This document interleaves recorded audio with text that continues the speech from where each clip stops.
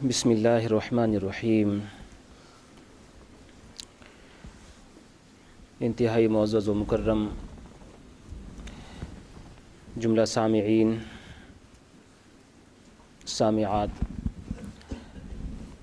تمام تر تشریف فرما، بالخصوص عالم اسلام کے عظیم الشان، جلیل القدر، نابغہ روزگار، مفکر اسلام، مدبر زمانہ، نباز قوم و ملت، لسان العصر، حضرت علامہ و مولانا محمد قمر الزمان خان صاحب اعظمی قبلہ مدظلہ النورانی، حضرت علامہ و مولانا محمد ارشد مصباحی صاحب، السلام علیکم ورحمۃ اللہ وبرکاتہ۔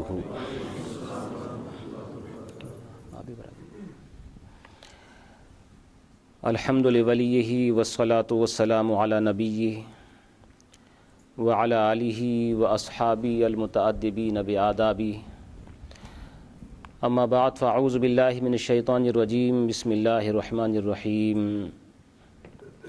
لقد کان لکم فی رسول اللہ اسوۃ حسنہ، صدق اللہ العظیم وصدق رسولہ النبی الامین الکریم، ونحن علی ذلک لمن الشاہدین والشاکرین، والحمد للہ رب العالمین۔ یا سید السادات جئتک قاصدا ارجو رضاک واحتمی بحماک، یا اکرم الثقلین ویا کنز الورا جد لی بجودک واردنی برضاک۔ سرورا شاہ کریمہ دستگیر اشرفا، حرمت روح پیمبر یک نظر کن سوئے ما، اے اشرف زمانہ زمان مدد نما، درہائے بستہ راز کلید کرم کشا۔ اعوذ باللہ من الشیطان الرجیم، ان اللہ وملائکتہ یصلون علی النبی یا ایہا الذین آمنوا صلوا علیہ وسلموا تسلیما۔ اللہم صل علی سیدنا وشفیعنا وحبیبنا وطبیب قلوبنا وشفاء صدورنا ومولانا محمد کما تحب وترضى بأن تصلی علیہ۔ آپ تمام حضرات ایک دفعہ اور بآواز بلند درود شریف پڑھیں۔ اللہم صل علی سیدنا وشفیعنا وحبیبنا وطبیب قلوبنا وشفاء صدورنا ومولانا محمد صلی اللہ تعالی علیہ وسلم۔ سب سے پہلے میں انتہائی شکر گزار ہوں میرے بزرگ حضرت علامہ مفکر اسلام محمد قمر الزمان خان صاحب اعظمی مدظلہ النورانی کا، کہ آپ نے اپنی سرپرستی میں اس درس کے یہاں ہونے کے لیے اجازت مرحمت فرمائی۔ رب تبارک و تعالی آپ کی عمر کے اندر برکتی عطا فرمائے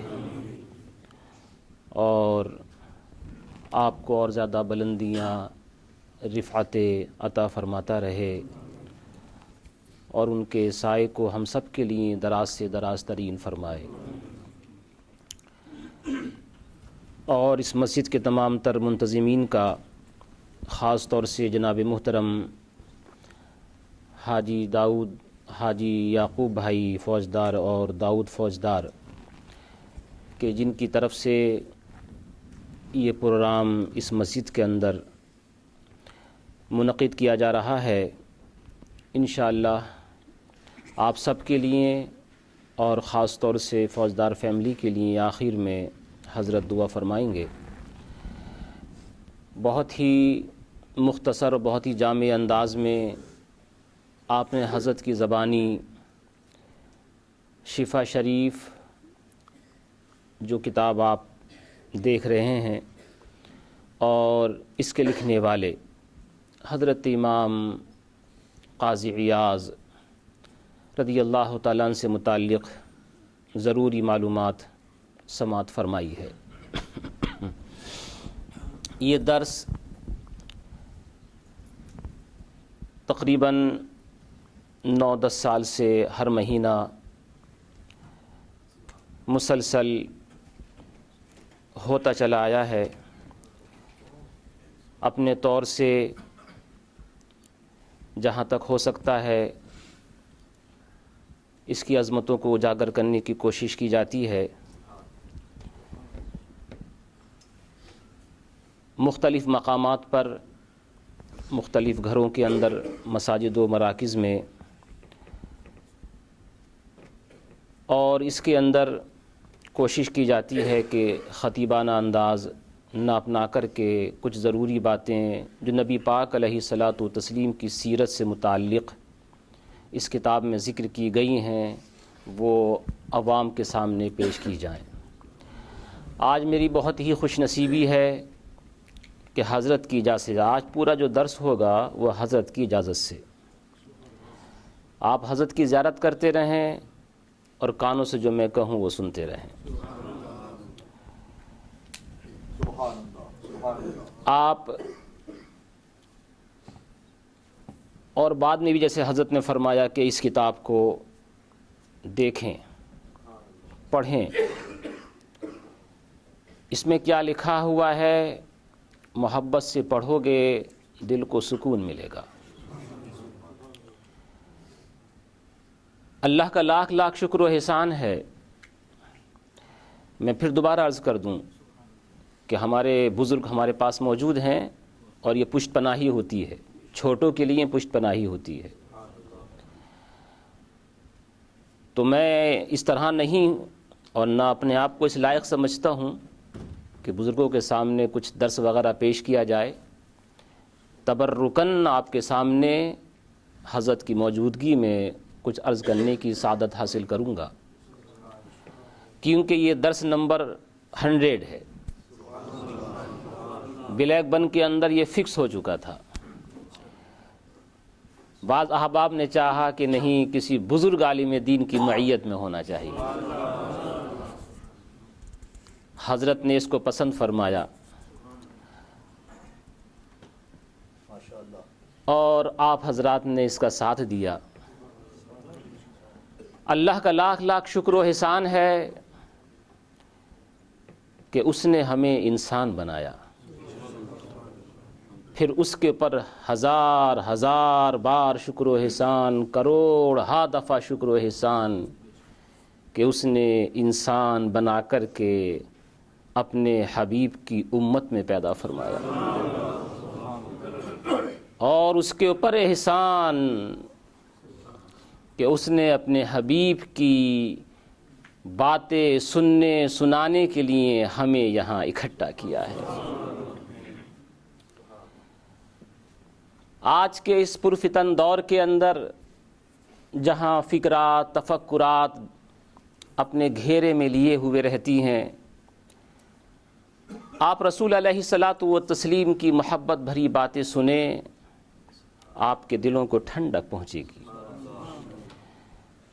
اپنی عادت کے مطابق پہلے میں چند شعر آپ کی خدمت میں پیش کرتا ہوں۔ ویسے تو ہر دفعہ آپ مختلف بزرگان دین کے کچھ نہ کچھ اشعار سنتے رہتے ہیں، صرف تبرکاً اور مزاج کی تبدیلی یا شوق و ذوق کی تبدیلی کے لیے حضرت حسن بریلوی علیہ رحمت و رضوان کے چند شعر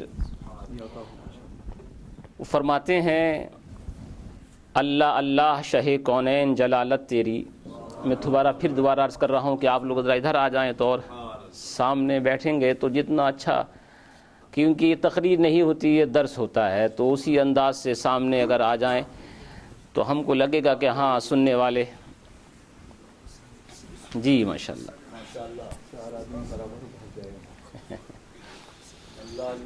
اللہ اللہ شہ کونین جلالت تیری، اللہ اللہ شہ کونین جلالت تیری، فرش کیا عرش پہ جاری ہے حکومت تیری، فرش کیا عرش پہ جاری ہے حکومت تیری۔ یا رسول اللہ صلی اللہ تعالی علیہ وسلم، تیرے انداز یہ کہتے ہیں کہ خالق کو تیرے انداز یہ کہتے ہیں کہ خالق کو تیرے، سب حسینوں میں پسند آئی ہے صورت تیری، سب حسینوں میں پسند آئی ہے صورت تیری۔ دیکھنے والے کہا کرتے ہیں اللہ اللہ، دیکھنے والے کہا کرتے ہیں اللہ اللہ، یاد آتا ہے خدا دیکھ کے صورت تیری، یاد آتا ہے خدا دیکھ کے صورت تیری، یاد آتا ہے خدا دیکھ کے صورت تیری۔ مجمع حشر میں گھبرائی ہوئی پھرتی ہے، مجمع حشر میں گھبرائی ہوئی پھرتی ہے، ڈھونڈنے نکلی ہے مجرم کو شفاعت تیری، ڈھونڈنے نکلی ہے مجرم کو شفاعت تیری۔ تو کچھ ایسا ہے یا رسول اللہ صلی اللہ تعالی علیہ وسلم، تو کچھ ایسا ہے کہ محشر کی مصیبت والے، تو کچھ ایسا ہے کہ محشر کی مصیبت والے درد دکھ بھول گئے دیکھ کے صورت تیری، درد دکھ بھول گئے، درد دکھ بھول گئے دیکھ کے صورت تیری، درد دکھ بھول گئے دیکھ کے صورت تیری۔ ایک دفعہ درود شریف پڑھیں، اور بیچ میں اگر آپ زور سے سبحان اللہ کہتے رہیں گے تو حضرت بھی ناراض نہیں ہوں گے، خوشی ہوں گے۔ اس لیے ذرا میں بہت دیر تو نہیں لوں گا، لیکن پھر بھی تقریباً 45 منٹ سے 1 گھنٹے تک، اور اسی کے اندر انشاءاللہ اپنے درس کو ختم کرنے کی کوشش کروں گا۔ پچھلی دفعہ جو درس ہوا وہ تسلسل کو برقرار رکھنے کے لیے بہت سارے یہاں پر موجود ہیں، وہ جو اس میں شامل تھے اور کچھ نئے ہیں۔ حضرت امام قاضی یاز رضی اللہ تعالیٰ عنہ کی شفا شریف کا مکمل تعارف ابھی آپ نے سماعت فرما لیا۔ اس میں 4 قسمیں ہیں، اور پہلی قسم کے اندر پہلی جلد کو اور پہلے حصے کو حضرت نے مکمل فرما دیا ہے۔ باقی 3 قسموں کے اندر دوسری جلد، دوسرا حصہ، اور پہلے حصے میں صرف 1 قسم، اور اس 1 قسم کے اندر جو ابواب اور فصول آپ نے ابھی اس کی تفصیلات سماعت فرمائی، یہ دوسرے باب کی 24ویں فصل ہے، جس کے اوپر میں نے تھوڑی سی گفتگو پچھلے درس میں کی تھی، اور حدیث شریف یہ تھی، اللہ کے نبی علیہ الصلاۃ والتسلیم نے ارشاد فرمایا، انی ارا ما لا ترون و انی اسمع ما لا تسمعون، اے لوگو میں وہ دیکھتا ہوں جو تم نہیں دیکھتے، اور میں وہ سنتا ہوں جو تم نہیں سنتے۔ اس کے اوپر مکمل طریقے سے لفظ ما، انی ارا ما لا ترون، اس میں لفظ ما کے اوپر پوری بحث ہوئی تھی کہ ہمارے ایک بزرگ عالم دین حضرت صدر العلماء علامہ سید غلام جیلانی میٹھی علیہ رحمۃ الرضوان نے کس طرح سے نکات ذکر فرمائے ہیں، اور یہ بھی میں نے ذکر کیا تھا کہ درس شفا شریف اگر یہ حضرات دیتے تو لگتا تھا کہ ایک ہی حدیث میں ایک مکمل بڑی سی جلد تیار ہو جاتی۔ ایک درس ہمارے بعض احباب کے ساتھ امام قاضی یاز علیہ رحمۃ الرضوان کی بارگاہ اقدس میں ان کے مزار پاک کے سامنے بیٹھ کر کے بھی ہوا ہے۔ وہاں جا کر کے میں نے رو کر کے یہی عرض کیا تھا، ہم تو اس لائق نہیں ہیں کہ آپ اتنے بڑے محدث ہیں، اتنے بڑے مفسر ہیں، یہ وہ امام قاضی یاز ہیں کہ جن کو بطور استدلال امام احمد رضا پیش کریں اور کہیں کہ یہ بات ثابت ہے، اس لیے اس کی دلیل یہ ہے کہ امام قاضی یاز یہ ارشاد فرماتے ہیں، جس کو بطور دلیل بار بار امام احمد رضا بیان کریں، ان کی کتاب کے اوپر درس دینے کا ہم کس طرح سے حق ادا کر سکتے ہیں؟ ان سے عرض کیا تھا کہ حضور مقصد صرف یہی ہے کہ آپ کے کتاب کا نام عوام پہچان لے، یہ امام المحدثین ہیں، یہ امام العاشقین ہیں، ان کے ایک ایک لفظ کے اندر عشق و محبت بھرا ہوا ہے، اس لیے بڑی عظیم بات کہی ہے، وہ صرف ایک جملے کے اندر بہت کچھ کہہ گئے ہیں۔ حضرت حاجی خلیفہ کشف الظنون کے مصنف وہ ارشاد فرماتے ہیں، لم یؤلف مثلہ فی الاسلام، اس جیسی کتاب اسلام میں لکھی ہی نہیں گئی ہے۔ حالانکہ بخاری اس سے پہلے کی ہے، مسلم اس سے پہلے کی ہے، تمام تصحیح ستہ کی کتب اس سے پہلے کی ہیں، اس کے بعد وہ ارشاد فرماتے ہیں کہ اس جیسی کتاب اسلام میں لکھی نہیں گئی ہے۔ کتنی عظیم بات انہوں نے یہ ارشاد فرمائی، اسی بات کو میں آگے بڑھاؤں گا۔ اللہ کے نبی علیہ الصلاۃ والتسلیم نے ارشاد فرمایا ہے انی اعطیت جوامع الکلم، مجھے جوامع کلم سے نوازا گیا ہے۔ جوامع کلم کا مطلب کیا ہے؟ بات مختصر ہوتی ہے، لیکن جب بیان کرنے والے بیان کرتے ہیں تو اس کی تشریحات اس طرح سے کرتے ہیں کہ ایک ایک بات میں ایک ایک جلد مکمل ہو جاتی ہے۔ انی ارا ما لا ترون کے اندر بھی ہمارے بعض بزرگوں نے، اب میں صرف وہ بعض مختصر جملے پہلے آپ کے سامنے عرض کروں گا جو امام قاضی ایاز نے اپنی کتاب میں مختلف جگہوں کے اوپر لکھے ہیں، بعض دیگر احادیث کی کتابوں کے اندر بھی ذکر فرمائے گئے ہیں، لیکن اس میں سے ایک ایک جملہ ایسا ہے کہ جس کے اوپر ہمارے بزرگوں نے لمبی لمبی بحثیں فرمائی ہیں۔ مثلا اللہ کے نبی علیہ الصلاۃ والتسلیم ارشاد فرمایا اختصر علی اختصارا، مجھے کمال اختصار عطا فرمایا گیا ہے۔ امام احمد رضا فاضل بریلوی علیہ رحمت و رضوان نے فتاوی رضویہ کی 30ویں جلد کے اندر اس پہ جب بحث فرمائی تو اس کے 8 معنی بیان فرمائے جو ایک سے ایک بڑھ کر کے، اور یہ کہا کہ اس کے اندر ایک سمندر دکھائی دیتا ہے۔ اختصری اختصارن کا مطلب کیا ہے؟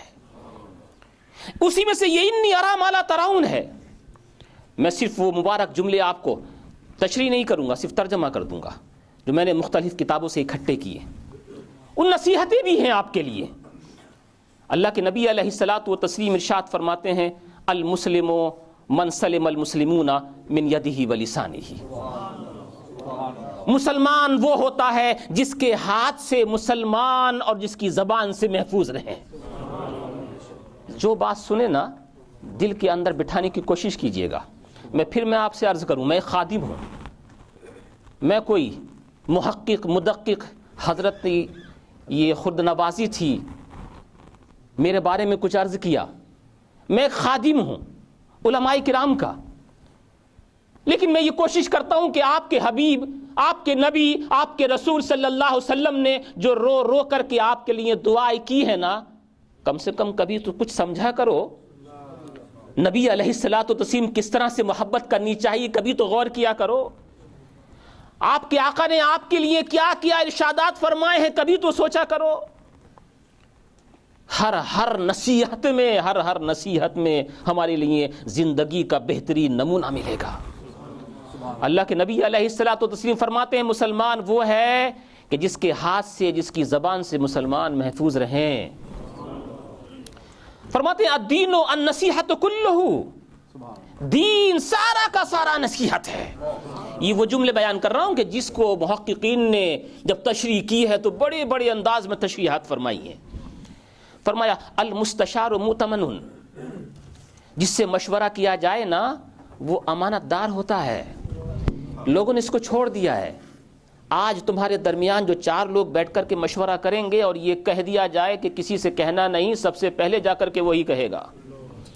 اللہ کے نبی علیہ الصلاۃ والتسلیم نے ارشاد فرمایا المستشار مؤتمن، جس سے مشورہ لیا جائے وہ امانت دار ہوتا ہے، امانت دار ہوتا ہے، اس کا خیال رکھا جائے۔ فرمایا ترک الشر صدقۃ، صدقہ صرف یہی نہیں ہے کہ آپ کسی کو 1000 پاؤنڈ دے دیں، کسی کو 2000 دے دیں، نہیں، صدقہ یہ بھی ہے کہ آپ برائی چھوڑ دیں، یہ بھی صدقہ ہے۔ کسی کو تکلیف دینا چھوڑ دیں، یہ بھی صدقہ ہے۔ آپ کی زبان سے آپ کے ہاتھ سے کسی کو تکلیف نہ پہنچے، یہ بھی صدقہ ہے۔ اور بھی ہلکا فرما دیا، اگر آپ سے اتنا نہ ہو سکے نا، آپ نے ارشاد فرمایا تبسموں کا فی وجہ اخی کا صدقۃ، اگر اتنا نہ کر سکو تو اتنا تو کرو کہ کسی مسلمان بھائی کو دیکھ کر کے مسکرا دو، یہ بھی صدقہ ہے، یہ بھی صدقہ ہے۔ اللہ کے نبی علیہ الصلاۃ والتسلیم نے ارشاد فرمایا الحیاء خیر کلہ، حیا کل کی کل بہتر ہے۔ فرمایا انما الاعمال بالنیات، اعمال کا دار و مدار سارے اعمال کا نیات کے اوپر ہے۔ فرمایا حب الشیء یعمی و یسم، کسی چیز کی محبت تم کو اندھا بہرا کر دیتی ہے، اندھا بہرا کر دیتی ہے۔ یہ تو ہر چیز کی محبت کے بارے میں ہے۔ اندھا بہرا کر دیتی ہے، مجھے سمجھ میں نہیں آتا۔ وہ لوگ جو نبی کا کلمہ پڑھ کر کے نبی کے اندر تنقیص نکالے، نبی کے اندر خرابی نکالے، معاذ اللہ، ارے یہ تو ہر چیز کے لیے ہے۔ اللہ کے نبی علیہ الصلوۃ والتسلیم نے ارشاد فرمایا، جس چیز سے محبت ہو جاتی ہے، محبت کرنے والا اس کی برائی سننے کے لیے تیار نہیں ہوتا۔ یہ تو نبی آخر الزماں ہیں، حسینوں سے بڑھ کر کے حسین ہیں، کمال والوں سے بڑھ کر کے کمال والے ہیں، سارے بڑوں سے بڑھ کر کے ہیں، سید المرسلین ہیں، رحمت للعالمین ہیں، ان کے اندر تو کوئی کمی ہے ہی نہیں۔ تم کلمہ پڑھ کر کے نقص نکالنے کی کوشش کرتے ہو۔ وہ کمال حسن حضور ہے کہ گمان نقص جہاں نہیں، یہی پھول خار سے دور ہے، یہی شمع ہے کہ دھواں نہیں۔ اللہ کے نبی علیہ الصلوۃ والتسلیم نے ارشاد فرمایا، من احب شیئا اکثر ذکرہ، جو جس سے محبت کرتا نا اس کا ذکر بھی خوب کیا کرتا ہے۔ تمہارا یہاں بیٹھنا، اللہ کے نبی علیہ الصلوۃ والتسلیم کی گفتگو کو سننا، یہ نبی سے محبت کی دلیل ہے۔ اور ہمیشہ درود خوانی کرتے رہنا، تسبیحات پڑھتے رہنا، یہ اس بات کی دلیل ہے کہ آپ اپنی محبت کی دلیل پیش کر رہے ہیں۔ من ابطأ به عمله لم يسرع به نسبه، اللہ کے نبی علیہ الصلوۃ والتسلیم نے ارشاد فرمایا، جس کا عمل اس کو پیچھے کر دے اس کا نسب اسے آگے نہیں بڑھائے گا۔ کچھ لوگ صرف اسی کے پر فخر کرتے ہیں، ہم صاحب النسب ہیں، عظمت والے ہیں یقیناً عظمت والے ہیں، نسب سے عظمتیں ملتی ہیں، مگر جہاں سے ساری نسبتیں، ساری عظمتیں، ساری رفتیں، ساری بلندیاں ملتی ہیں نا، وہی ارشاد فرماتے ہیں جس کا عمل اس کو آگے نہ بڑھائے، صرف اس کا نسب اسے آگے نہیں بڑھا سکتا۔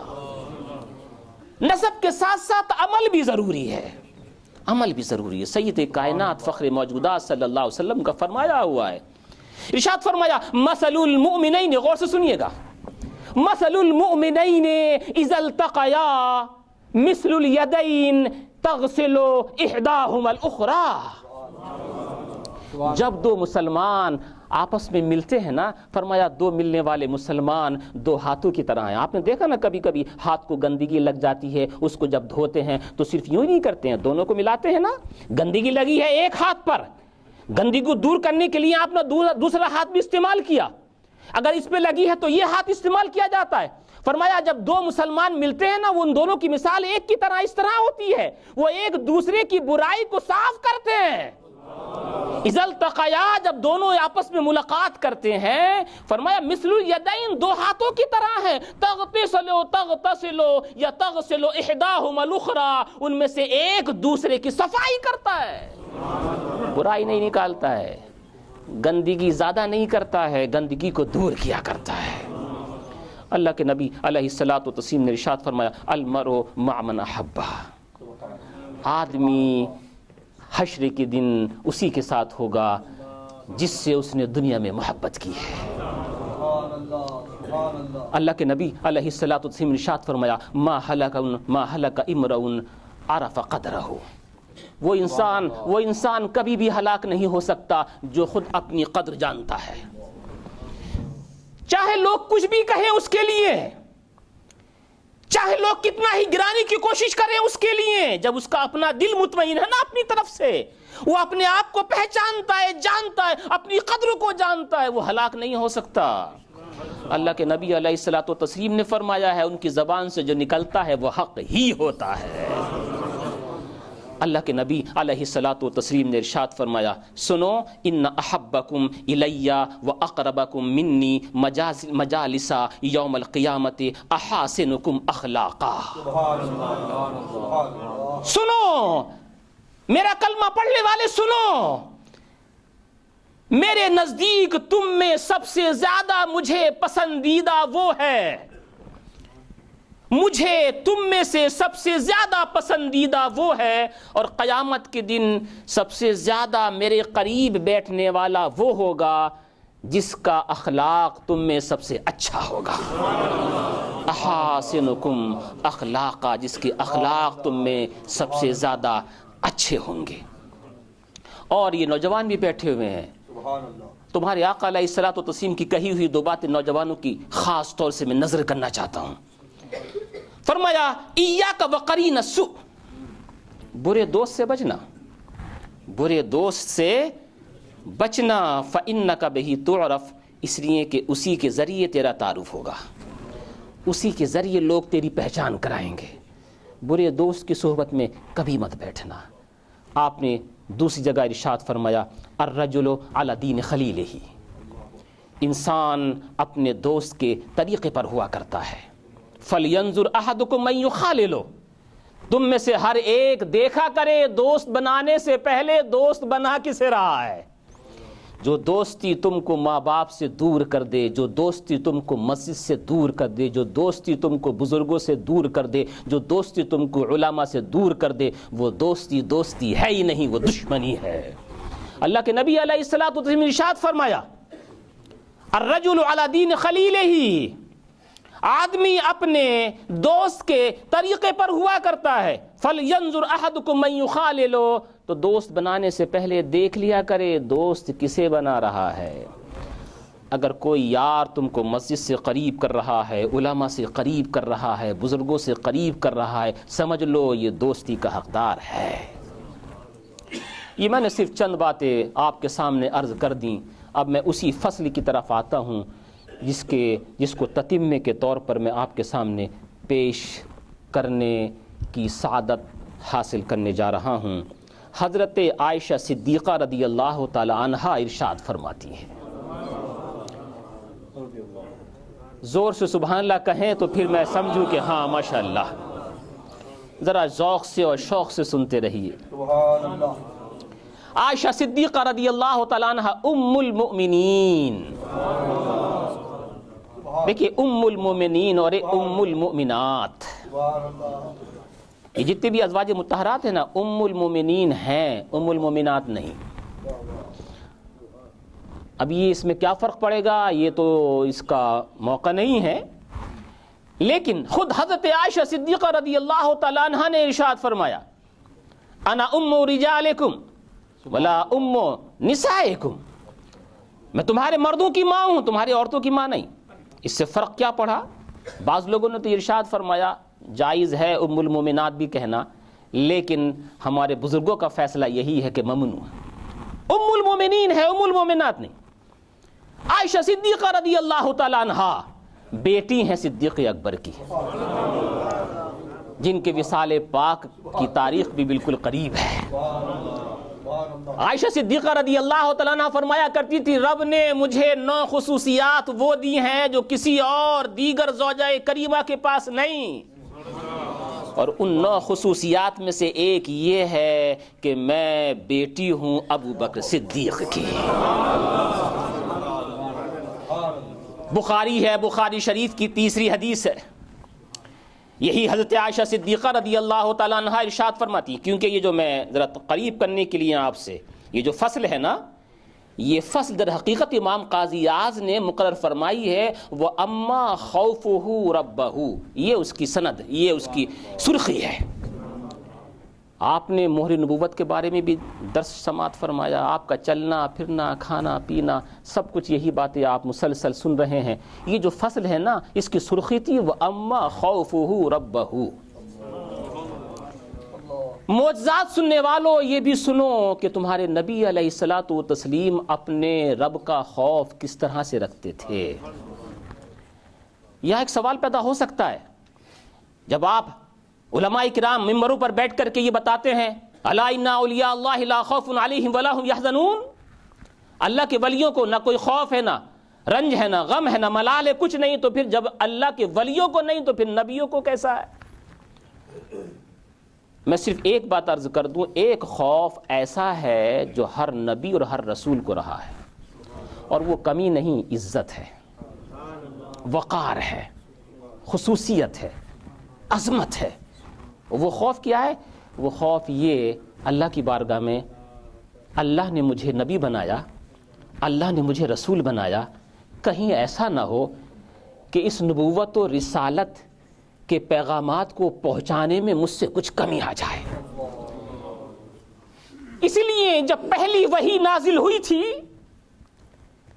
اللہ کے نبی علیہ الصلوۃ والتسلیم نے حضرت خدیجہ کبریٰ رضی اللہ تعالیٰ عنہا سے جو آ کر کے کہا تھا زملونی زملونی، مجھے کپڑا اڑھائیے، مجھے کپڑا اڑھائیے، اور اس کے بعد فرمایا تھا انی خشیت علی نفسی، مجھے اپنے اوپر خوف ہے، خشیت ہے۔ وہ کون سا خوف تھا؟ کون سی خشیت تھی وہ؟ یہی مجھے خوف ہے اس بات کا، اللہ نے مجھے رسول بنایا ہے، کہیں ایسا نہ ہو کہ اس رسالت کے احکام کو من کل الوجوہ اور پورے طور سے جیسے اس کا حق ہے مجھ سے کہیں ادا نہ ہو، اس چیز کا خوف۔ خشیت علی نفسی، مجھے خوف ہے، اپنے اوپر خوف ہے۔ معلوم ہے کیا جواب دیا تھا خدیجہ کبریٰ رضی اللہ تعالیٰ عنہا نے؟ کلا واللہ، توجہ سے سنیے گا، جب اللہ کے نبی علیہ الصلوۃ والتسلیم نے یہ کہا تھا نا خشیت علی نفسی، مجھے خوف ہے اپنے اوپر، کہیں رسوائی نہ ہو جائے، تمام تر پورے طور سے من کل الوجوہ، تمام تر طور پہ کہیں ایسا نہ ہو کہ اس میں سے کچھ کمی رہ جائے جو رب نے مجھے ذمہ داری سپرد فرمائی ہے رسالت کی، اس بات کا مجھے خوف ہے۔ خدیجہ کبریٰ رضی اللہ تعالی عنہا نے ارشاد فرمایا تھا، عرض کیا تھا بارگاہ رسالت میں آپ صلی اللہ علیہ وسلم میں، کلا واللہ، ہرگز نہیں، ہرگز نہیں، آپ رسوا ہو ہی نہیں سکتے۔ آگے آ رہا ہے وہ جملہ، کلا واللہ لا یخزیک اللہ ابدا، اللہ آپ کو کبھی رسوا کر ہی نہیں سکتا، اللہ آپ کو کبھی رسوا کر ہی نہیں سکتا۔ اور وجہ بتائیں 5، آپ بھی غور سے سنیے گا، رسوا نہ کرنے کی وجہ۔ اب یہ 5 وجہ جس کے اندر بھی ہوں سمجھو وہ بھی رسوا نہیں ہوگا۔ 5 وجہ بھی بتائیں، آپ کو آپ کا اللہ رسوا نہیں فرمائے گا۔ بخاری شریف ہے، بخاری شریف کی 3ری حدیث ہے، 3ری حدیث کا یہ ایک ٹکڑا آپ کے سامنے پیش کر رہا ہوں۔ فرمایا نہیں، کبھی نہیں، ایسا نہیں ہو سکے گا۔ انک لتصل الرحمہ، ایک وجہ یہ ہے کہ آپ رشتہ داری کو جوڑتے ہیں، کاٹتے نہیں، آپ رشتہ داری کو جوڑتے ہیں، بغیر کسی عذر شرعی کے رشتہ داری جوڑتے ہیں، کاٹنا نہیں چاہیے، چاہے کوئی بھی ہو، میں ہوں یا آپ ہوں، چاہے کوئی بھی ہو، کاٹنا نہیں چاہیے، جوڑنا چاہیے۔ رشتہ داری کو کاٹنا خدا کے غضب کی علامت ہے، رشتہ داری کو جوڑنا، انک لتصل الرحمہ، آپ رشتہ داری کو جوڑتے ہیں، ایک وجہ یہ ہے۔ دوسری وجہ وتحمل الکلہ، آپ ضرورت مندوں کا بوجھ اٹھاتے ہیں، ضرورت مندوں کا بوجھ آپ اٹھایا کرتے ہیں۔ دوسری وجہ جس کے اندر یہ ہوگا وہ بھی رسوا نہیں ہو سکتا۔ تیسری وجہ بیان فرمائی وتکسب المعدومہ، آپ خود کما کر کے کھاتے ہیں، آپ خود کما کر کے، ایک ترجمہ۔ اور دوسرا مطلب یہ ہے کہ آپ ناداروں کی دستگیری فرماتے ہیں۔ تیسری وجہ۔ چوتھی وجہ وتقری الضعیف، آپ مہمانوں کی مہمان نوازی فرماتے ہیں۔ 5ویں وجہ وتعینوا علی نوائب الحق، اور آپ حق کے راستے میں آنے والی پریشانیوں پر لوگوں کی مدد کیا کرتے ہیں۔ 5 چیزیں بیان فرمائیں۔ اب سبحان اللہ، ایک بات عرض کر کے پھر میں اپنی دوسری بات کی طرف آؤں گا، کیونکہ یہ ان کے دن وصال کا زمانہ قریب ہے، ضرور ضمناً میں عرض کروں گا۔ ذرا آپ دیکھیں تو صحیح، صدیق اکبر کی شان بھی یہاں سے نظر آتی ہے ہم کو۔ یہ 5 چیزیں بیان کی نا کس نے؟ خدیجہ کبریٰ نے۔ کس کے لیے؟ اللہ کے نبی علیہ الصلوۃ والتسلیم کے لیے 5 چیزیں بیان کی۔ ایک وقت آیا تھا حضرت صدیق اکبر رضی اللہ تعالیٰ عنہ کو لوگوں نے، ظالموں نے مکہ مکرمہ سے نکلنے پہ مجبور کر دیا۔ حضرت ابوبکر صدیق رضی اللہ تعالیٰ عنہ اب مجبور ہو گئے مکہ مکرمہ سے نکلنے کے لیے، جا رہے ہیں۔ بیچ میں ایک آدمی مل گیا، ابن دغنہ اس کا نام ہے، کافر ہے لیکن دوست ہے ابوبکر صدیق رضی اللہ تعالیٰ عنہ کا۔ کہنے لگا کہاں جا رہے ہیں؟ آپ نے فرمایا مکے سے نکلنے پر مجبور ہوں۔ معلوم ہے کیا کہا تھا اس نے؟ نہیں، ان مثلک لا یخرج ولا یخرج، آپ جیسے نہ تو نکل سکتے ہیں نہ نکالے جا سکتے ہیں۔ اور وہی 5 باتیں بیان کی جو خدیجہ کبریٰ نے نبی کریم صلی اللہ علیہ وسلم کے لیے بیان فرمائی تھیں. اے ابو بکر صدیق تمہاری ذات پہ میری عزت قربان، ہمارے ماں باپ کی عزت قربان، آپ یقیناً مظہر صفات محمدیہ تھے. جو صفات لوگوں کو نبی صلی اللہ علیہ وسلم میں نظر آتی تھیں وہی صفات آپ کے اندر نظر آتی تھیں.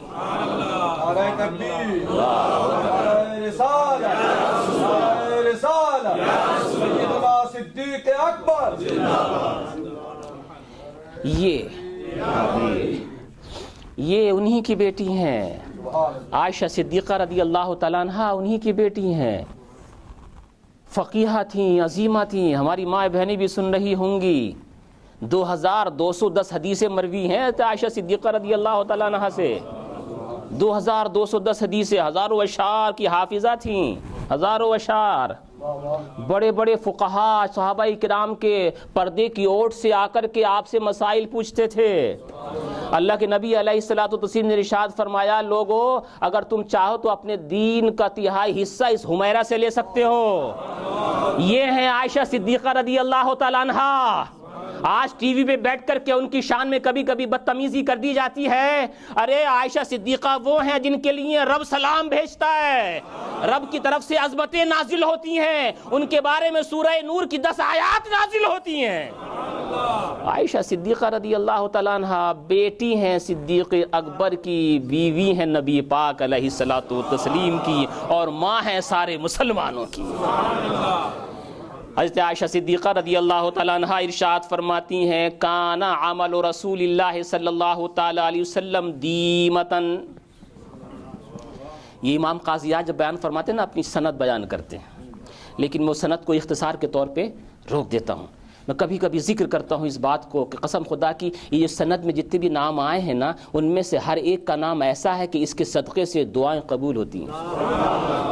اور کبھی کبھی میں ان کے اوپر کچھ بحث، ان کے بارے میں کچھ حالات کا بیان بھی کر دیا کرتا ہوں، لیکن وقت کے قلت کے پیش نظر ابھی نہیں کچھ ہو سکتا ہے.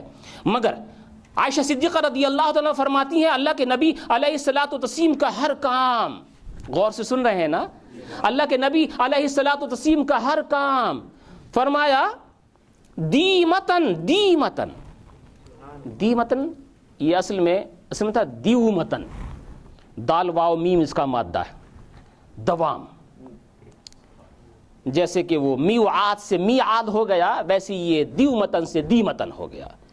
اللہ کے نبی علیہ الصلوۃ والتسلیم ہر کام ہمیشگی سے کیا کرتے تھے، یا یہ کہ جس کام کو کیا کرتے تھے ایسا نہیں کہ آج ایسا کل ایسا، آج ایسا کل ایسا، نہیں، جس کو کر رہے ہیں کرتے رہا کرتے تھے.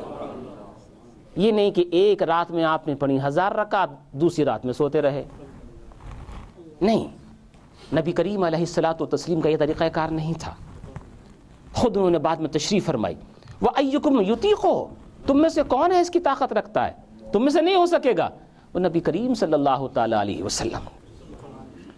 اس کے بعد پھر فرمایا کانا یصومو، دلیل پیش فرمائی، سمجھانے کے لیے ذکر فرمایا.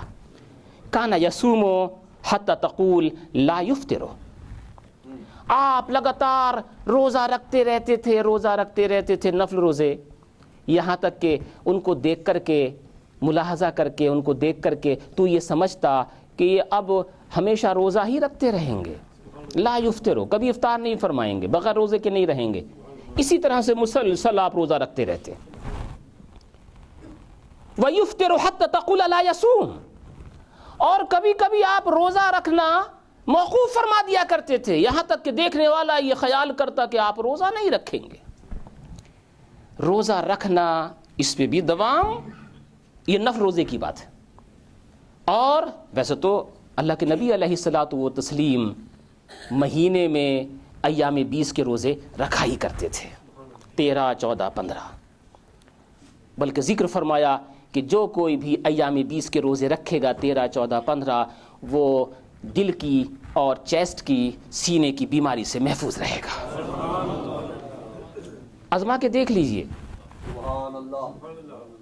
بہت ساری چیزیں ایسی ہوتی ہیں ڈاکٹر لوگ پریشان کر دیتے ہیں، جہاں اور دوائیاں کرتے ہیں ایک دوا وہ بھی کر کے دیکھ لیجیے جو آپ کے آقا نے بتائی ہے. مجھے لگتا ہے ہزاروں دوائیوں سے چھٹکارا مل جائے گا. اللہ کے نبی علیہ السلام یہ 3 روزے 13 14 15 ایام 20 کے جو روزے ہیں یہ سینے کی بیماریوں کو دور کیا کرتے ہیں. اور بھی دیگر دنوں میں اللہ کے نبی علیہ السلام روزہ رکھا کرتے تھے. اس کے بعد اسی طرح سے حضرت ابن عباس سے بھی مروی ہے, حضرت انس سے بھی مروی ہے. وہ فرماتے ہیں کنت لا تشاء ان تراہ فی اللیل مصلیا الا رأیتہ مصلیا. اللہ کے نبی علیہ السلام کا حال یہ تھا کہ اگر تو یہ چاہتا کہ میں نبی صلی اللہ علیہ وسلم کو نماز پڑھتے ہوئے دیکھوں تو جب بھی دیکھتا نا نماز پڑھتے ہوئے ملتے وہ تجھے, نماز پڑھتے ہوئے تجھے ملتے. اور اگر تو یہ سوچتا ولا نائما الا رأیتہ نائما, اور اگر تو یہ خیال کرتا کہ میں سوتا ہوا دیکھوں تو وہ بھی مل جایا کرتے تھے.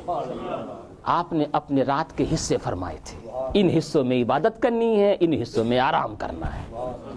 آرام, اللہ کے نبی علیہ السلام نے ارشاد فرمایا تمہارے لیے تمہاری آنکھ کا حق ہے, تمہاری کان کا حق ہے, تمہاری ناک کا حق ہے, تمہاری بیوی کا حق ہے, تمہارے بچوں کا حق ہے, تمہارا خود اپنا تم پہ حق ہے.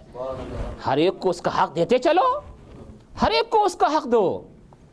حضرت عوف ابن مالک رضی اللہ تعالیٰ عنہ اپنا مشاہدہ ذکر فرماتے ہیں ایک رات کا. یہ ترتیب نا امام قاضی یاس کی, یہ بھی بڑی حسین ہے, بڑی حسین ہے, بہت ہی عمدہ طریقے سے ترتیب فرماتے ہیں. پہلے ایک بیان فرماتے ہیں جیسے اس میں دعویٰ ہوتا ہے, پھر دلیل کے طور پہ ذکر فرماتے چلے جاتے ہیں. عوف ابن مالک رضی اللہ تعالیٰ عنہ اپنا مشاہدہ کرتے ہیں, بیان فرماتے ہیں, کہتے ہیں کنت مع رسول اللہ صلی اللہ تعالی وسلم فاستاکا, میں ایک رات اللہ کے نبی علیہ الصلوۃ والتسلیم کے ساتھ تھا. ان کے ذکر کو سن کر کے زور سے کہی سبحان اللہ. ایک رات کی بات بیان کر رہا ہوں میں. اللہ کے نبی علیہ الصلوۃ والتسلیم کے لیے فرماتے ہیں میں ایک رات ان کے ساتھ تھا. فاستاکا, تو آپ نے مسواک فرمائی. ثم توضا, پھر آپ نے وضو کیا. ہمیشہ آپ وضو کا خیال فرمایا کرتے تھے, اتنا خیال فرماتے, اتنا. صحابی رسول ایک دفعہ آئے, انہوں نے کہا السلام علیک یا رسول اللہ. آپ نے جواب نہیں دیا.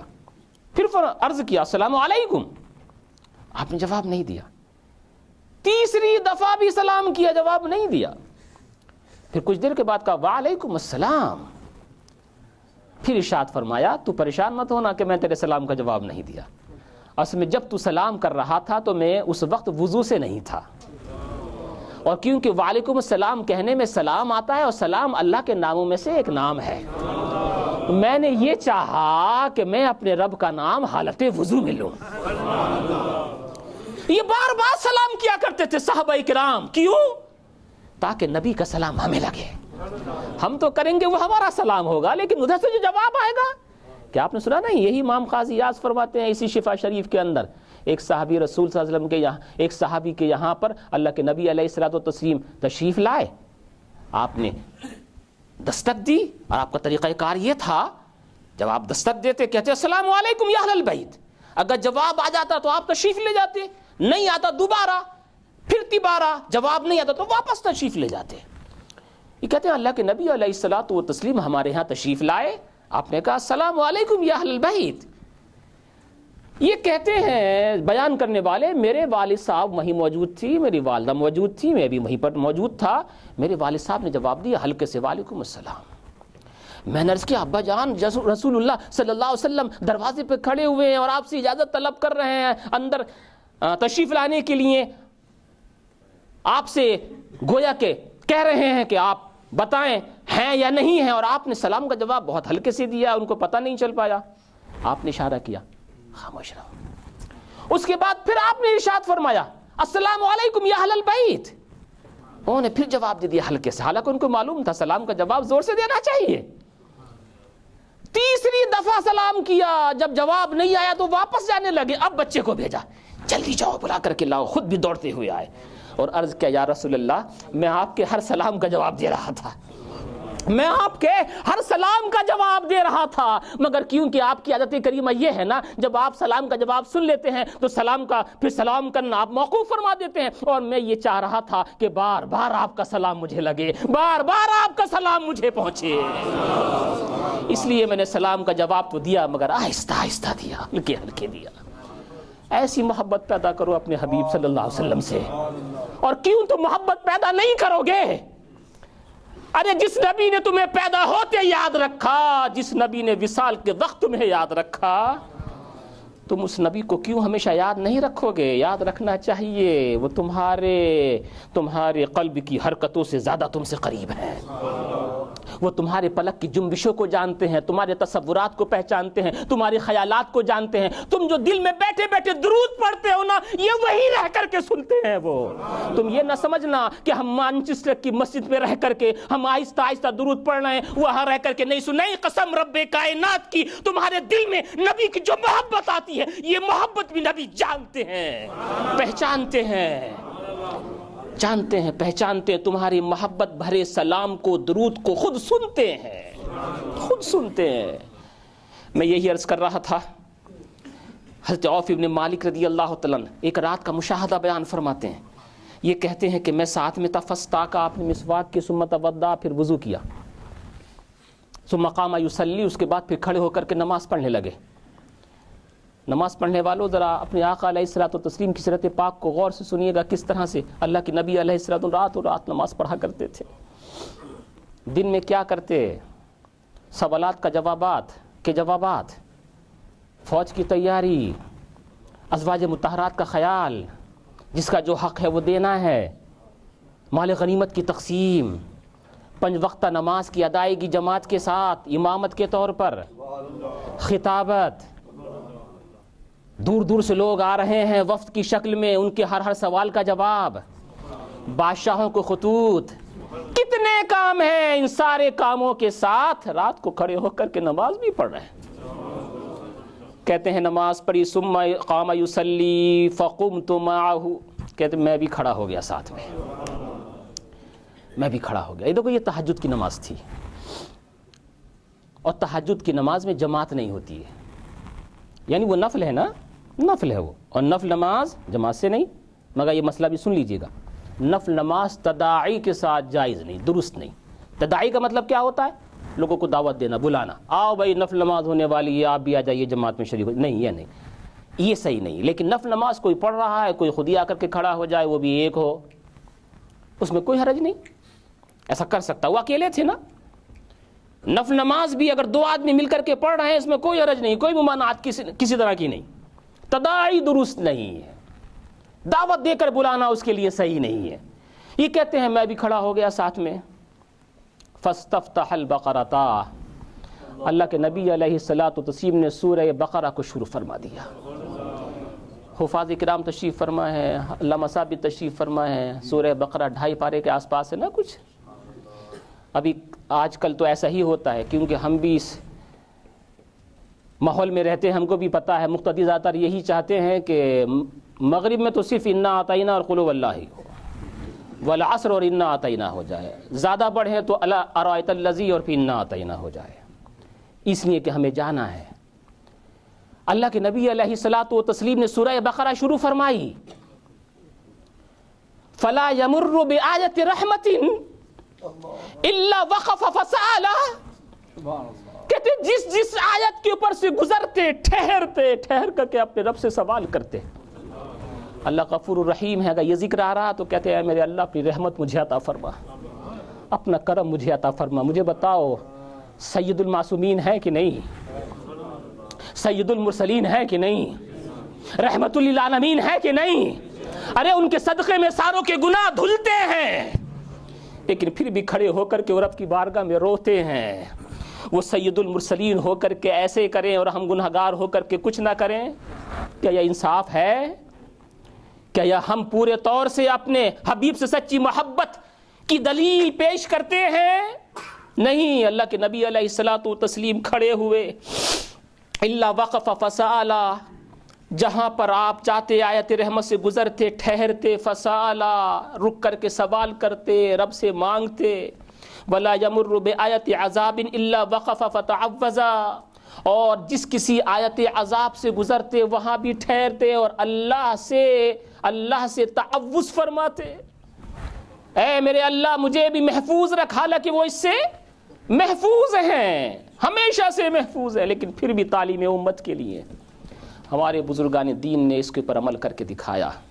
صدیق اکبر ہوں، فاروق اعظم ہوں، عثمان غنی ہوں، حیدر کرار ہوں، جتنے بھی ہیں سارے صحابہ کرام. صدیق اکبر جو مبشر بالجنہ ہیں، جنت کی خوشخبری نبی نے ان کو دنیا میں رہ کر کے سنائی، وہ کبھی کبھی اتنا روتے تھے کہ کبھی کبھی زمین سے تنکا اٹھاتے اور کہتے کاش میں اس تنکے کی طرح ہوتا کہ اس کا کوئی حساب کتاب نہیں مگر مجھ سے تو حساب کتاب لیا جائے گا. فاروق اعظم رضی اللہ تعالیٰ عنہ اتنا روتے تھے کہ روتے روتے آپ کے دونوں آنکھوں کے نیچے 2 لائنیں بن گئی تھیں. لوگ کہتے آپ اتنا کیوں روتے ہیں، کیا وجہ، آپ تو مبشر بالجنہ ہے، اس کی وجہ کیا ہے؟ اس کو جواب دیا کرتے کبھی بھی جب سے خلیفہ بنائے گئے کبھی پیٹ بھر کے نہیں کھانا کھایا. ان کی بیٹی حضرت حفصہ ام المومنین رضی اللہ تعالیٰ عرض کرتی ہے بابا جان پیٹ بھر کے کھایا کرے، طاقت رہے گی تبھی تو کام کر پائیں گے. ارشاد فرما بیٹی تجھ سے تیری جو محبت مجھ سے ہے میں نے پہچان لی، مگر مجھے بتا اگر کل قیامت میں میرے رب نے مجھ سے یہ پوچھ لیا کہ عمر جب تو خلیفہ تھا تو تیرے دور خلافت میں فلاں یتیم بھوکا سویا، اس نے پیٹ بھر کے کھانا نہیں کھایا، تو نے پیٹ بھر کے کھانا کیوں کھایا، میں کیا جواب دوں گا؟ اگر میں خود بھی بھوکا رہا ہوں کم سے کم یہ تو عرض کر دوں گا پروردگارا اس کا علم تو مجھے نہیں تھا کہ اس نے کھایا نہیں کھایا، بے خیالی میں ایسا ہوا، مگر اس نے نہیں کھایا تو میں نے بھی نہیں کھایا. حضرت عثمان غنی رضی اللہ تعالی عنہ جب کسی قبر کے پاس سے ہو کر کے گزرتے تو اتنا روتے کہ آپ کی داڑھی آنسوؤں سے تر ہو جاتی. لوگ کہتے آپ اتنا کیوں روتے ہیں، مبشر بالجنہ ہیں آپ تو، داماد رسول ہیں آپ تو. کہا ہاں تمہاری بات بالکل صحیح ہے، مگر میں نے اپنے آقا علیہ الصلوۃ والتسلیم کو کہتے ہوئے سنا ہے کہ یہ قبر حشر کی منزلوں میں سے پہلی منزل ہے، جو اس میں کامیاب ہوا آنے والی منزلیں اس کے لیے آسان ہے، جو یہیں ناکام ہو گیا تو آنے والی منزلیں اس کے لیے مشکل ترین ہے. حضرت مولا کائنات رضی اللہ تعالیٰ عنہ راتوں رات کو رویا کرتے تھے، انہوں نے عمل کر کے دکھایا. حضرت امام اعظم ابو حنیفہ رضی اللہ تعالیٰ عنہ اب حنفی ہے اور اس پہ فخر حاصل ہے، وہ ہمارے امام ہیں. پوری رات کھڑے ہو کر کے نماز میں گزار دیتے، ایک پاؤں پہ زور دیتے آدھا قرآن پڑھ دیا کرتے، پھر دوسرے پاؤں پہ زور دیتے دوسرا آدھا پڑھ دیا کرتے تھے. کسی نے ایک دن ان کو دیکھا کہ اپنی داڑھی کو پکڑ کے رو رہے. رات بھر پہلے تو عبادت کی، قرآن پڑھا اور پڑھ کر کے پھر رات کو داڑھی کو پکڑ کر کے کہتے ہیں پروردگار عالم ما عرفناک حق معرفتک وما عبدناک حق عبادتک، جیسے تیری پہچاننے کا حق ہے ہم نے نہ پہچانا، جیسے تیری عبادت کا حق ہے ہم نے تیری عبادت نہیں کی. غیب سے ندا آتی ہے عرفتنی وعبدتنی، تو نے ہمیں پہچان بھی لیا، تو نے ہماری عبادت بھی کی ہے. ہمارے اوپر بھی کچھ حق بنتا ہے نا ان ساری چیزوں کا. اگر اتنی عبادت نہ کریں تو کم سے کم اتنا ہی کریں ہم کہ فرائض کا خیال کریں. قسم خدا کی اگر ہم فرائض کا بھی خیال رکھنے لگے نا تو ہماری مسجدیں جو آج شکایت ہوتی ہے خالی رہنے کی وہ کبھی خالی نہ رہیں گی. ہماری مسجدوں کے رونق ملے گی، بھری ہوئی مسجدیں ملیں گی. لیکن کیا بات ہے، ہم دعوے دار ہیں محبت رسول کے، عشق رسول کے، ہماری مسجد خالی کیوں ہیں؟ سیرت رسول کو پڑھا کرو. اللہ کے نبی علیہ الصلوۃ والتسلیم ثم رکع فمکث، پھر آپ نے رکوع کیا، رکوع کر کے ٹھہر گئے، بقدر قیامہ رکوع کیا، رکوع میں اتنے ہی ٹھہرے جتنے قیام میں ٹھہرے تھے، رکوع میں اتنے ہی ٹھہرے جتنے قیام میں ٹھہرے تھے. ہمیں 2-4 منٹ اگر رکوع لمبا ہو جائے نا پریشانی ہونے لگتی ہے، دقت ہونے لگتی ہے. جی نواز حضور اگر آپ نہیں حضرت پانی کے لیے کہہ رہے تھے، میں کہ پانی نہیں پیوں گا، آپ میں بہت ہی مدد خواہ ہوں کہ آپ یہ ڈسٹرب کر رہے تھے آپ. نہیں حضرت آپ کو تکلیف ہو رہی ہوگی ضرور، لیکن میں بہت آرام سے جی میں حدیث پاک سن رہا ہوں، تکلیف ہوئی مولانا. اللہ تعالیٰ آپ کو مراتب میں بلندی عطا فرمائے. جی بس یہی دعائیں لینے کے لیے اس درس کو شروع کیا ہے. یہاں یہ دعا بزرگوں کی دعائیں ملتی ہیں تو بہت برکت ہی برکت ہوتی ہے. ثم رکع، اس کے بعد اللہ کے نبی علیہ الصلوۃ والتسلیم نے رکوع فرمایا. فمکث بقدر قیامہ، آپ اتنے ہی ٹھہرے جتنے قیام کے اندر ٹھہرے تھے، اتنے ہی ٹھہرے. یقول سبحان ذی الجبروت والملکوت والکبریاء والعظمت، یہ بار بار کہہ رہے ہیں، بار بار کہہ رہے ہیں، بار بار کہہ رہے ہیں. یہ مبالغے کا صیغہ ہے. یہ رہبوت ہے، رحموت ہے، رغبوت ہے، ایسی جبروت ہے، ملکوت ہے، کبریا ہے. یہ تسبیح آپ نے پڑھی. ثم سجدا، اس کے بعد پھر سجدہ کیا. وقال مثل ذالک، اور اس کے اندر بھی سجدے میں بھی یہی پڑھا، سجدے میں بھی یہی پڑھا. سبحان ذی الجبروت والملکوت والکبریاء والعظمت. اس کے بعد پھر کھڑے ہوئے. سورہ بقرہ پڑھی تھی نا، پھر کھڑے ہوئے. پھر کھڑے ہونے کے بعد ثم قرأ، دوسری رکعت کے اندر ثم قرأ آل عمران، دوسری رکعت میں آل عمران پڑھی. صرف آل عمران نہیں، ثم سورتن سورتن، پھر سورت پڑھ کر کے اور پڑھی اور پڑھی. یفعل مثل ذلک، اسی طرح سے کرتے رہے، اسی طرح سے. میرے دوستو، میرے بزرگوں، جسے قرآن کا فیض ملتا ہے نا، اسے تھکاوٹ نہیں ہوتی. یہ یاد رکھیے گا ہمیشہ. جسے قرآن کا فیض ملتا ہے نا، اس کی کچھ چاشنی ایسی ہوتی ہے، نہ اسے تھکاوٹ کا احساس ہوتا ہے، نہ بھوک و پیاس کا احساس ہوتا ہے. حضرت شاہ بدیع الدین مدار علیہ رحمۃ اللہ کا نام تو سنا ہوگا نا. سال تک کھایا نہیں انہوں نے کچھ، اور وہ سفید کپڑے، اس طرح سے سنت ہے سفید کپڑے پہننا، وہ پہنا کرتے تھے. اور ان کے کپڑے کبھی گندے نہیں ہوتے، کبھی دھوتے بھی نہیں تھے، کبھی گندے بھی نہیں ہوتے. لوگ بڑے تعجب میں، کھاتے کچھ نہیں ہیں، کچھ نہیں کھاتے ہیں، ہٹے کٹے، تندرست توانا، کوئی ناتوانی نہیں، کوئی کمزوری نہیں، وہ کپڑے کبھی دھوتے نہیں ہیں، پھر بھی اسی طرح سے سفید. کسی نے پوچھا حضور آپ کھاتے نہیں پھر بھی تندرست توانا، آپ کے کپڑے دھوتے نہیں پھر بھی ویسے ہی. آپ نے ارشاد فرمایا یہ بات بتاؤ، بغلہ دیکھا ہے؟ بغلہ سفید وائٹ جو برڈ ہوتا ہے، پانی کے اندر رہتا ہے نا، وائٹ کلر کا، پتہ نہیں کیا انگلش میں اس کو کہتے ہیں، بغلہ اردو میں کہتے ہیں. سوان کی طرح ہی ہوتا ہے، چھوٹا سا، وہ وائٹ کلر کا بغلہ دیکھا ہے وائٹ کلر کا؟ ہاں. کہا اس کے پر تم نے کبھی گندے دیکھے؟ کہا نہیں، وہ تو ہمیشہ سفید رہتے ہیں. کہا کہ جو رب بغلے کو ہمیشہ سفید رکھ سکتا ہے، کیا مجھے نہیں رکھ سکتا ہے؟ اور کہا تو مجھ سے یہ پوچھتا ہے کہ میں کھاتا نہیں پیتا نہیں پھر بھی تندرست توانا، معلوم ہے اس کی وجہ کیا ہے؟ کہا کہ میں ہمیشہ قرآن پڑھتا رہتا ہوں، اور قرآن کا ایک باطن ہے، ایک ظاہر ہے. قرآن کا جو باطن ہے وہی مجھ کو ہمیشہ رزق دیتا رہتا ہے، اس کے پڑھنے سے مجھے یہ فیض ملتا ہے، کبھی مجھے کھانے کی ضرورت نہیں پڑتی.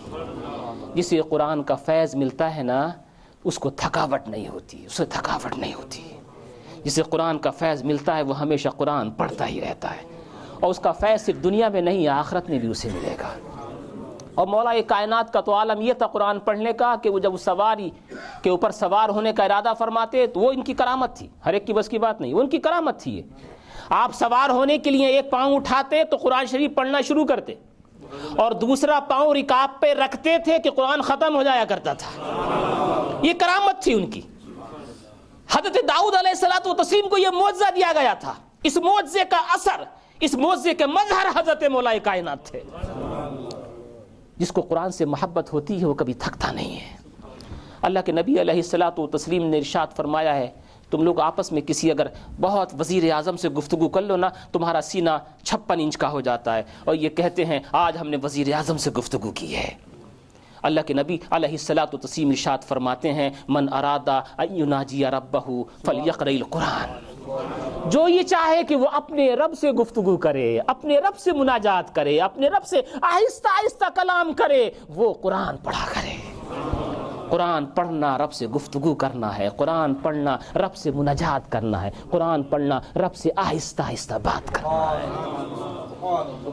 اللہ کے نبی علیہ الصلوۃ والتسلیم سورہ آل عمران پڑھی، پھر سورہ پڑھ کر کے اس طرح سے. یہ نفل نماز تھی، نفل نماز. فرض نماز کے اندر بھی اللہ کے نبی علیہ الصلوۃ والتسلیم بڑی بڑی صورتیں پڑھا کرتے تھے، بڑی بڑی. آپ نے بڑا سنا ہوگا یہ قرآن شریف کے اندر جو 26ویں پارے سورہ حجرات ہے نا، سورہ حجرات سے لے کر کے سورہ بروج تک، یہ سورہ حجرات سے لے کر کے سورہ بروج تک، سورہ حجرات 26ویں پارے میں، سورہ حجرات سے لے کر کے سورہ بروج تک، اس کو کہتے ہیں اصطلاح کے اندر یہ طوال مفصل ہے.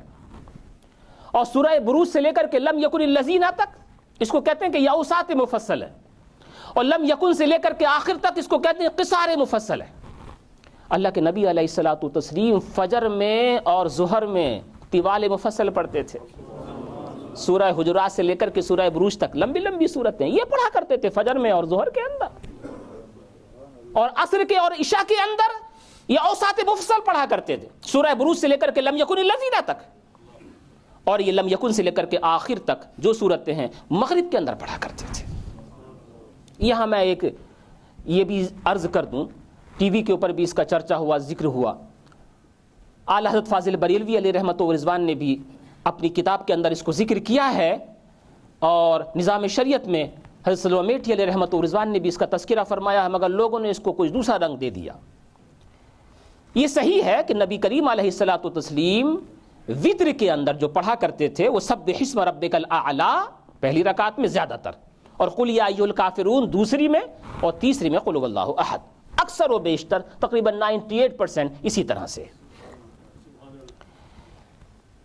لیکن اعلیٰ حضرت فاضل بریلوی علیہ رحمت و رضوان نے اور حضرت سلوہ میٹھی علیہ رحمہ نے جو ان کے شاگرد ہیں، اپنی کتاب نظام شریعت میں ایک اپنا تجربہ اور ایک بزرگوں کی بات ذکر فرمائی ہے، اور وہ یہ کہ جو انسان وطر کی نماز میں پہلی رکعت کے اندر اذا جاء نصر اللہ پڑھے، اور دوسری رکعت کے اندر تبت یدا پڑھے، اور تیسری رکعت کے اندر قل ھو اللہ شریف پڑھے، تو اس کے دانت کبھی نہیں گریں گے، دانتوں کی بیماری کے اندر مبتلا نہیں ہوگا۔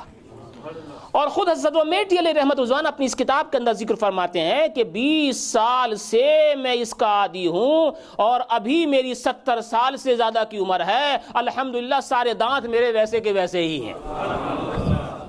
انہوں نے اپنا تجربہ بھی ذکر فرمایا، اور یہ بھی ذکر کرتے ہیں کہ یہ نام محمد صلی اللہ علیہ وسلم، کیا پیارا نام اللہ نے اپنے حبیب کو عطا فرمایا ہے۔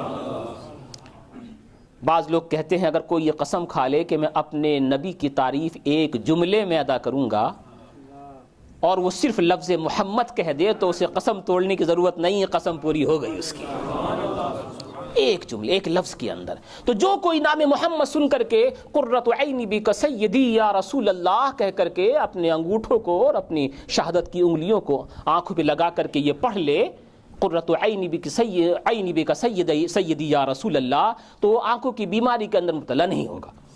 سلوہ میٹھی علیہ رحمت رضوان فرماتے ہیں کہ پہلے میں آشوب چشم کی بیماری میں مبتلا رہا کرتا تھا، اور جب سے میں نے یہ عمل شروع کیا ہے آنکھوں کی بیماری ہمیشہ کے لیے گویا ختم ہو گئی میری۔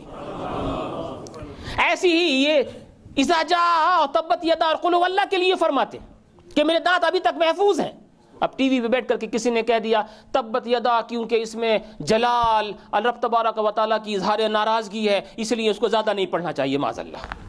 ارے بھائی بغیر کسی علم کے فتاویٰ وہ بھی ٹی وی پہ بیٹھ کر کے نہیں دینے چاہیے۔ یہ صحیح ہے کہ ٹی وی پہ جو مسائل ہوتے ہیں وہ وقت تفصیلی نہیں ہوا کرتا ہے، لیکن پھر بھی کم سے کم اس طرح کی باتیں ذکر نہیں کرنی چاہیے۔ ہمارے بزرگوں نے ذکر فرمایا ہے، ہمارے بعض بزرگوں نے اس کے اوپر عمل ذکر فرمایا ہے۔ تو اللہ کے نبی علیہ الصلوۃ والتسلیم اگرچہ وطروں کے اندر پڑھا کرتے تھے سبح اسم ربک الاعلی پہلی والی میں، دوسری میں قل یا ایھا الکافرون، اور تیسری میں قل ھو اللہ احد، اس کو بھی بات کبھی کبھی پڑھا کرے، سنت ادا ہو جائے گی۔ یہ جو بیان کر رہا ہوں میں یہ تہجد کی بات تھی۔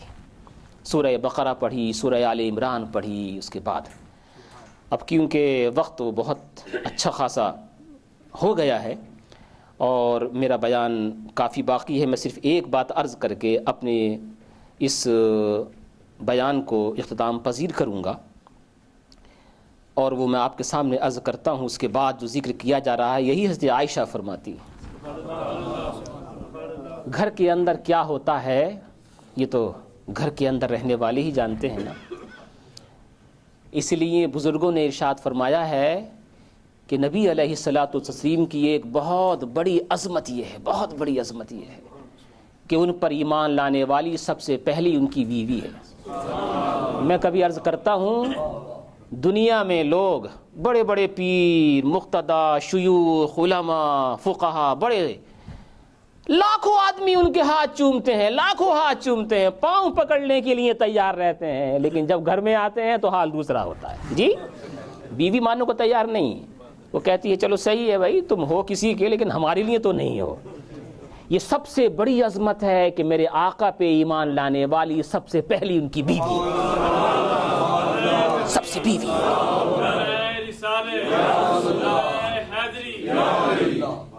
اس لیے حضرت آدم علیہ الصلوۃ والتسلیم اپنے زمانے میں حضرت حوا سے کہا کرتے تھے، تجھے معلوم ہے کہ محمد عربی صلی اللہ علیہ وسلم جو بظاہر میرے بیٹے ہیں ہوں گے، اصل میں میری حقیقت میں میری اصل ہیں، ان کو جو میرے اوپر فضیلتیں حاصل ہیں ان وجوہات میں سے ایک وجہ کیا ہے؟ پوچھتی ہاں کیا ہے؟ کہ ہاں ایک وجہ یہ ہے کہ مجھے بیوی تجھ جیسی ملی۔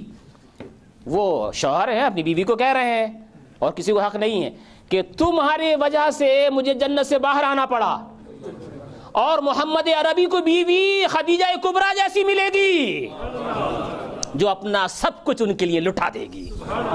تو کہتے ہیں کہ ان کو جو فضیلتیں حاصل ہیں ان فضیلتوں میں سے ایک وجہ یہ ہے کہ ان کو بیوی خدیجہ کبریٰ جیسی ملی ہے۔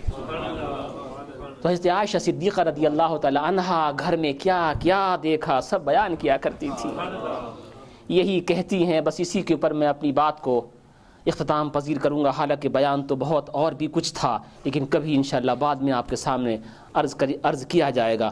وہ کہتی ہیں رضی اللہ تعالی عنہا، اللہ کے نبی علیہ الصلوۃ والتسلیم کھڑے ہوئے اور پوری رات بآیت من القرآن لیلۃ، پوری رات ایک ہی آیت پڑھتے رہے، ایک ہی آیت، پوری رات ایک ہی آیت پڑھتے رہے۔ اور اس کے بعد ارشاد فرماتے ہیں حضرت عبداللہ ابن شخیر رضی اللہ تعالیٰ عنہ، میں اللہ کے نبی علیہ الصلوۃ والتسلیم کی بارگاہ میں حاضر ہوا، اتیت رسول اللہ صلی اللہ تعالی علیہ وسلم، میں اللہ کے نبی علیہ الصلوۃ والتسلیم کی بارگاہ میں حاضر ہوا، وَهُوَ يُصَلِّي، اور آپ نماز پڑھ رہے تھے، وَلِجَوْفِهِ أَزِيرٌ كَأَزِيرِ الْمِرْجَلِ، اور آپ کے پیٹ سے، آپ کے سینے سے ایسی آواز آ رہی تھی جیسے کہ ابلتی ہوئی ہانڈی میں سے آواز نکلتی ہے۔ آپ ہمک ہمک کر کے رو رہے تھے، ہمک ہمک کر کے رو رہے تھے۔ یہ رونا معلوم ہے امت کی یاد میں ہوا کرتا تھا، راتوں رات روتے تھے، راتوں رات روتے تھے، اے میرے اللہ میری امت کو بخش دے، اے میرے اللہ میری امت کو بخش دے۔ اور اسی فصل کی جو آخری بات ہے وہ اللہ کے نبی علیہ الصلوۃ والتسلیم نے یہ ذکر فرمایا، میں بیچ کے سارے بیان کو چھوڑتا ہوں اور عرض کرتا ہوں اس آخری جملے کو، فرمایا قرۃ عینی فی الصلاۃ، میری آنکھوں کی ٹھنڈک نماز میں ہے، میری آنکھوں کی ٹھنڈک نماز میں ہے۔ اور اپنے خوف، خشیت اور اپنے رونے کی وجہ بھی بیان فرمائی، فرمایا ثمرۃ فؤادی فی ذکرہ، میرے دل کا جو پھل ہے نا، میرے دل کا جو پھل ہے وہ رب کی یاد میں ہے، جب رب کی یاد کرتا ہوں تو میرے دل کا پھل کھل اٹھتا ہے۔ اور ارشاد فرمایا وغمی لاجل امتی، اور میرا جو غم ہے وہ میری امت کی وجہ سے ہے، میری امت کی وجہ سے ہے، میری امت جہنم میں نہ جائے، میری امت جہنم کے اندر داخل نہ ہو۔ اس لیے کہا چلتے چلتے وقت تک فرمایا کہ نماز کا خیال رکھا کرو، نماز کا خیال رکھا کرو۔ حضرت عباس ابن عبد المطلب رضی اللہ تعالیٰ عنہ ارشاد فرماتے ہیں وصال کے وقت میں نے دیکھا کہ میرے آقا علیہ الصلوۃ والتسلیم کے ہونٹ جنبش فرما رہے ہیں، ہونٹ ہل رہے ہیں۔ میں نے کہا ذرا سن تو لوں کہ میں کیا کہہ رہے ہیں اللہ کے نبی علیہ الصلوۃ والتسلیم اس وقت میں۔ کہا میں نے کان لگایا تو آپ فرما رہے تھے کہ باندیوں اور غلاموں کے لیے تمہیں وصیت کرتا ہوں، ان کے اوپر کبھی ظلم و ستم نہ کرنا، ان کا خیال رکھنا، اور تم کو وصیت کرتا ہوں کہ نماز کبھی مت چھوڑنا، نماز کا خیال رکھنا، اور باندیوں اور غلاموں کا خیال رکھنا کہ کبھی بھی ان کے اوپر ظلم و ستم نہ ہو پائے۔ دیکھو دنیا سے جا رہے ہیں، نماز کی وصیت کر کے جا رہے ہیں، اور وہ تم سے کہتے ہیں نماز کے لیے کہ جب سب ساتھ چھوڑ دیں گے نا، تمہارے بیٹے، تمہاری گاڑی، تمہارا گھر، تمہاری جائیداد، تمہاری بہو، تمہاری بیوی، تمہاری بچی، تمہارا بچہ، تمہارا کاروبار، جہاں سارے ساتھ چھوڑ دیں گے نا، وہاں ساتھ دینے کے لیے تمہارے نبی قبر کے اندر تشریف لائیں گے۔ ان کی آنکھوں کو ٹھنڈک دینے کے لیے ضرور نماز پڑھا کرو، ضرور نماز پڑھا کرو۔ تم نماز پڑھو گے، ٹھنڈک تمہارے نبی کو پہنچے گی، تمہارے نبی کی آنکھوں کو پہنچے گی۔ اللہ تعالیٰ مجھے خود بھی اس کے اوپر عمل پیرا ہونے کی توفیق عطا فرمائے۔ یہ قصہ لطیف ابھی ناتمام ہے، جو کچھ بیان ہوا وہ آغاز باب تھا۔